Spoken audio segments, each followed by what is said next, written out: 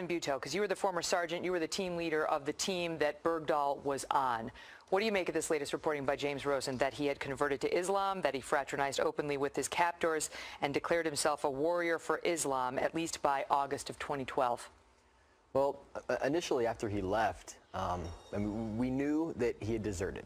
We knew that he was trying to find the Taliban, or trying to find someone who could speak English so he could talk to the Taliban. I mean, that was known to us at the time when we were on the ground right after he left. But trying to find somebody who speaks English and can connect him with the Taliban could mean, you know, he had some God complex, he wanted to go solve the war. It doesn't necessarily mean he's getting ready to go collaborate with the enemy against the United States. Exactly, and at this point, we're still going to have to listen to his side of the story at some point. I think that's right now, America wants to hear what he has to say. Raise your hand if you think he deserted. Wow. Raise your hand if you have some question about whether he deserted. Wow. All right, go ahead, finish your point. So, once he got with the Taliban and got connected with them, at that point, what happened after that, we don't know, and we're going to have to wait for his answers. Now, what's coming out now about him converting to Islam and those things, we all heard those reports too. I mean, we were all still in the army and everything. When you think of him in captivity for 5 years, and you see that video of him coming home, you know, the Taliban released it. It's a propaganda piece, but nonetheless, it shows him. I mean, do you think this is what I would have done too, what I had to do to survive, even if it had involved saying I'd converted to Islam and took up arms against the United States? What do you guys think when you see that? No, definitely maybe 5 days. I would have done everything I had to do, cursing them, trying to escape, swinging on them, trying to steal a gun, shoot them. I'm not going to be a propaganda piece so my family can see me on the internet. You're Cody Full, you're a former specialist, and you were his roommate prior to deployment. Yes, in Fort Richardson. Another thing I keep hearing is, you know, what were his motives for deserting? It doesn't matter what his motives were. We all took an oath, and we all had to abide by, you know, orders, you know, and you don't just leave your fellow Americans to join somebody else. But explain that to us, because civilians who have never, as you guys did, volunteered our service and our lives potentially to protect America think, well, he was disillusioned, you know, he was scared, he walked off. Help us understand what a cardinal sin is. Afghanistan's not an easy time. Iraq's not an easy time. Anytime you're in a combat zone, it's not an easy time. Everybody's struggling. You don't do it because it's easy. We're not there because it's easy. We're there to do a hard job, and that's what you signed up to do. We all signed up by ourselves. We volunteered. And a draft didn't come through, nothing like that. So for him to sign an oath, and like what Cody said, he signed an oath to go do his job.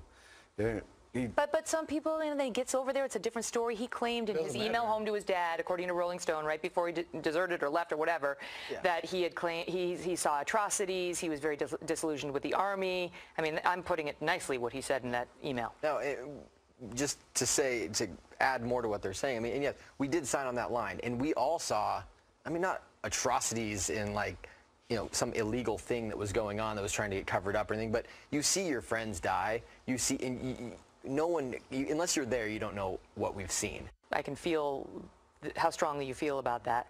But to take it to collaboration, possible collaboration with the enemy, which is clearly something our James Rosen reported earlier this week that they have a CIA file on, and that there are many in the intel community who still believe that's a possibility, and they're investigating. And now the latest reporting about, you know, shooting AK-47s with the Taliban, doing target practice with the Taliban. Clearly a relationship had developed. It seems hard to believe that an American soldier would do that unless he had gone mad or if he was trying to save his life. He doesn't seem like a captive. He seems like someone who is potentially enjoying himself by But wouldn't you do it if you're Josh Corneliuson, you were a medic in the platoon. Correct. Wouldn't you do it too if he tried to escape, they got him back, they put him in a cage for 5 days? Wouldn't you then do what you had to do to save your life? You do everything you can to get back to your guys because you know that they care about you, you care about them. You would put your life down for them, and they're going to do the same thing for you. So what's the best evidence you have that the night he went missing and ultimately wound up captured, he was doing it intentionally? Okay. The day we found, or the morning that we found out he was missing, someone went to wake him up for his guard shift. He was not there. He was not in his tent. His weapon, his bulletproof vest, his sensitive items were left behind in the tent. We looked around the small OP we were on. It was the size of maybe 2 acres. Some wire, some areas where anyone could just walk right up. It wasn't like a structured base with walls and a gate. We had trucks fanned out. We had a couple bunkers. That was it. It only took a few minutes to look around and see that he was not there. And at that point, we knew nothing. We knew he was gone, and we had nothing else to go on. So we pushed a patrol out right away to go to the neighboring village that's right there to see if we could find somebody who could give us some information, a direction of travel if they saw anything. And we got out about 10 feet out of where we walked out, and two boys who were walking to school came up to us and said, "Hey, there was an American crawling through the weeds that way." And they pointed in the direction, and that's the lead we followed because that was the only lead that we had. And I was actually on the patrol too. I was too. They said he has no weapon with him. He has no gear with him. And if you know infantrymen, when we go on patrol, we're slammed with gear. I mean, there's no. So they said that it was weird. He was by himself. You guys are never by yourself. You never go anywhere without your weapon. You never go anywhere by yourself. And he had a conversation. Was it with you, Evan, as the leader, about what would happen to him if he took sensitive information? If he just happened to wander off and took sensitive. Well, he said, "What would happen if my sensitive items went missing?" Which is it's a rhetorical question for any soldier to ask, because no one doesn't know the answer to that question. You're going to get in a whole lot of trouble. I mean, everything shuts down. If a weapon goes missing, everything's going to shut down. And how many people here had a conversation with him prior to the night he went missing about I might walk off and go into India someday. I might walk off into the mountains someday. Because I read a few of you did. He said that to me. It was probably a week or two prior. We were on a different mission, got stuck up on top of a mountain for about a week or so. And just, sitting around waiting to do our guard shifts or whatever, talking to me, just, making jokes or whatever. And he says, I could just, see myself getting lost in these mountains. I was like, well, I couldn't see myself, here, but maybe in like Colorado or Alaska. So I wouldn't want to, be stuck in the mountains in this country personally. Did he say anything to any of you guys, though, about I'm disillusioned with the war effort, I hate the Army? He never said to me that he hated the Army. He came to me at one point and said that he was concerned and frustrated with the Army's our approach to the war and what we were doing. He said he was frustrated with that. He was real disappointed in the way he thought us going to war was going to be we were going to go to war. It was gun battles every day. The war today is not that way. As he said, Cody stated, it's all we're trying to get hearts and minds, trying to get the right way to go. And he was very. I mean, it was discouraging to him. Yeah. So when the Rolling Stone article came out, we were all kind of like, what? Because the emails. Because it had these devastating quotes. Well, the emails, he sent to his father were completely different from what he was saying to people in the platoon about what he felt about the war. He wasn't talking about the horror of being an American. No. He was wanting to do more aggressive stuff, and he was frustrated that we weren't allowed to do it. Do you believe? Because I know you have some anecdotal evidence that a couple of you feel the attacks got worse on your unit after he disappeared and so on. I think everyone would agree that that's clear. And whether that the attacks got worse. But how many of you believe that he had something to do with that? Well, raise your hand if you believe that. It's hard to say. It's way too hard to say. There's way too many different things that can go with that, whether there's new people that came into the area, new bomb makers that came in, or if he shared information. I mean, that's so speculative. So how is the White House reacting to this reporting tonight? Ed Henry is next on that, plus much more with our platoon. We asked about the political attacks against them and why they are speaking out now. Wait until you see what happened then. Former members of Bergdahl's platoon. Unbelievable. So now, let's just set this up. It's gone from they told you couldn't talk, then you decided to talk when they started to say their version, and now that you've started to talk, you've got administration figures calling you swift boaters and psychopaths. Who would like to take that? Frankly, I'm kind of flattered that they're actually acknowledging us. That shows that we're kind of making a point here. And that's very important to what we're trying to portray, our message. But to jump to conclusion to say that he was directly responsible for those deaths, that's... Of the guys who were looking for him. I need a little bit more evidence to actually say that. Okay, you won't go that far. Does anybody go that far, that he caused the deaths of those who were looking for him? Well, they portrayed, right after the news broke, 6 people from our whole battalion. They weren't, only 2 were in our company, so we don't know about the other 4. Okay. Now, at the same time, they all were, when Bergdahl left, and we knew that he then was trying to find someone who spoke English so he could talk to the Taliban, and we knew that he was then trying to make connections with them.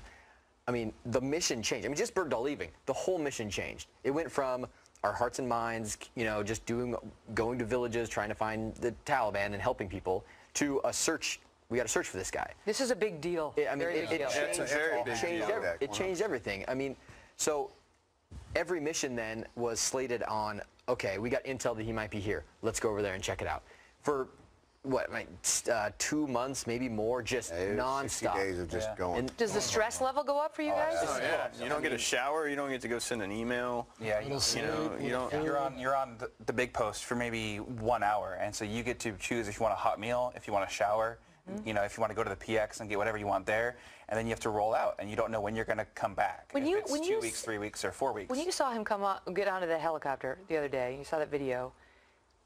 Do you remember that? How did you feel when you saw that? When I saw him, I said, "Wow, he looks pretty good."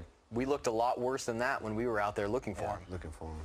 I mean, it was kind of funny to me. And then after watching the whole video, it's just, I mean, it was a little uneventful. They just handed him over. But them saying that, I mean, you heard that he was sickly and stuff. It didn't appear to be too sickly to me. What really made me angry, though, was when I saw it on the news yesterday. Well, they played the audio from the people that handed him off, and they said that they were disappointed that they took him off so quickly because they didn't get to shake his hand and say goodbye. Well, if I was held in captivity for 5 years, the last thing I want to do is talk to somebody or shake their hand or laugh with them or joke or anything like that. I want to get out of there as fast as I can, and if I was in captivity, nobody's going to be saying, well, I want to say goodbye to him, because I'd probably be dead anyway. I want to ask you, though, about with the attacks on you, because you were asked by the Army to sign the non-disclosures, and you guys are servicemen. You do what you're asked, so you signed them, right? What made you speak out? Was there something that upset you? Well, we were told, you can't talk. And the NDAs, some people that haven't spoken out, they signed some official ones. Stuff we signed was more of like a gag order. You can't talk about where you're in. Probably shouldn't talk about it until he gets home. So why did you do it? Why did you feel the need to speak out now? The truth needs to come out. He's not a hero. It's just exactly what happened, why it happened, and what did you think when you saw the president with his parents in the Rose Garden? I don't even know what to think on that. I mean, we were on the Army. Yeah, so it was hard to watch that. It was hard. I had to leave the room. Yeah. Wow. We were all in the Army, and if he makes a mistake, if Matt makes a mistake, they do something that violates the military justice code, they get held accountable, whether it be a court-martial, field grade Article 15, company Article 15, whatever that may be, they get held accountable. It's not fair to the men that have served this nation honorably and done the right thing, made mistakes maybe, got punished for it, came back from it and did even bigger and greater things, to have him do something completely wrong, which is desertion, and come back labeled as a hero and not be punished at all. What do you make, because we talked before the segment started about Susan Rice saying he served with honor and distinction. Yeah. These guys are not big fans of that comment. Well, I'll synopsize it this way. But then Jay Carney was asked to explain that, and here's what he said. Sergeant Bergdahl put on the uniform of the United States voluntarily and went to war for the United States voluntarily. That takes honor, and it is a mark of distinction. Okay. He also voluntarily left as well, though. He voluntarily left us all behind to go do his own thing. And I've known a lot of people in the Army that have signed the dotted line and came in, and they didn't serve with honor. So just because you signed the dotted line, you put on a uniform, doesn't mean that you've done anything yet. It doesn't mean that you've proved anything or shown that you have honor or done anything until you actually do something. But even at the time, I mean, signing on that dotted line, knowing what you're getting yourself into, and then joining the military, knowing you're going to deploy, that's an honorable thing right off the bat, and that's great, and it was true at the time for him. But then he walked away in the middle of Afghanistan, on the farthest front lines you could be on, to go seek out the Taliban. You feel that was an affront to you, that to say that his service was with honor and distinction? It's saying that that's honorable, saying that walking away, and whatever his agenda was in trying to connect with the Taliban, explain to me how that's honorable. I mean, that's They seem to be trying to predate it. I mean, that's spitting in the face to everyone who deployed, came back. That's every that goes for every service member. Oh, yeah. Not even us or his company, every single person that was in the military. Well, what do you make of these reports now that some White House aides are saying, you guys are swift boaters, and even the president and his top aides are now saying that anybody complaining about this, they're being political, that this is I think This is a political. Okay. Politics out of this. Yeah, we've made it completely clear that, and this is the most I think we've ever talked about it. This is not about politics. This is about the fact that Bergdahl walked away from us, went to try to find the Taliban, and we know that for a fact, and we were all there. And there's not one person you could find who would say that they don't believe that, at least who was there. Yeah. That is as clear as day, and that's what we're trying to put out there. He's not a hero, and he did not serve with distinction, and that's a spit in the face to everyone who joined the Army and anyone who died looking for him. What do you think their families think? They don't get their loved one back like Bergdahl's family. Are you guys Republicans, Democrats? Are you political people? Here's the thing. When you're in a combat zone, it doesn't matter if you're left, right, independent, Jedi, whatever you want to be, okay? The only thing that matters is you have an American flag on your shoulder, and he's my brother, he's my brother, he's my brother. We're all going to ride together. We're all going to die together. And he, I guess, for whatever reason, I don't know how he felt about us, but we would all die for him. And he left. And I considered him my really good friend, and that kind of hit me a little bit harder than maybe some of the other guys. But it all hit us hard because he was one of ours. If you could see him today, what would you say to him? I would just ask him why. Yeah, I think that's every question. We've all, I think, collectively, and I know I have, because as being his team leader, I mean, he walks away, and we've never got closure on any of this. Yeah. We have no idea why he did it, and all we want to know is why, because we've had enough time to deal with our feelings about it. I don't think any of us are angry at him, but we need closure. Everybody needs closure at this point, and now that it's this big, I mean, all of America needs closure. It's not just the people who were there. Raise your hand if you would like to see him court-martialed and see a trial. Wow. And at the same time, just getting his perspective and what he's going to say now and what he thought, okay, well, you don't go up to a murderer and ask him, oh, did you do it? Oh, well, no, I didn't. Oh, okay, then you're free to go. A lot of people have said that. They've said, how can you say he deserted without getting his testimonial, his perspective on it? So if he says, no, I didn't desert, are they going to say, oh, look, all those guys were just lying? So what about all the classified files, sworn statements, original investigation, all these files that are classified that nobody can even see? Well, why can't they bring those to the public light? Is there anything he could say at this point that would persuade you he did not desert? No. There's nothing he could say. Nothing. Absolutely. He left ROP, he left brothers, soldiers, leadership. He left the country to go seek out the Taliban. Yeah, he still is a U.S. citizen, and he hasn't been discharged from the Army, so he still is a U.S. soldier. I still think that he does deserve due process. Yeah, we all agree with that. And and if that investigation leads to a court-martial, then so be it. That's our main point, is we want him to be held accountable for everything that he's done. He needs to answer for what he did. And it's not like the evidence is so circumstantial you can't do anything or have a trial.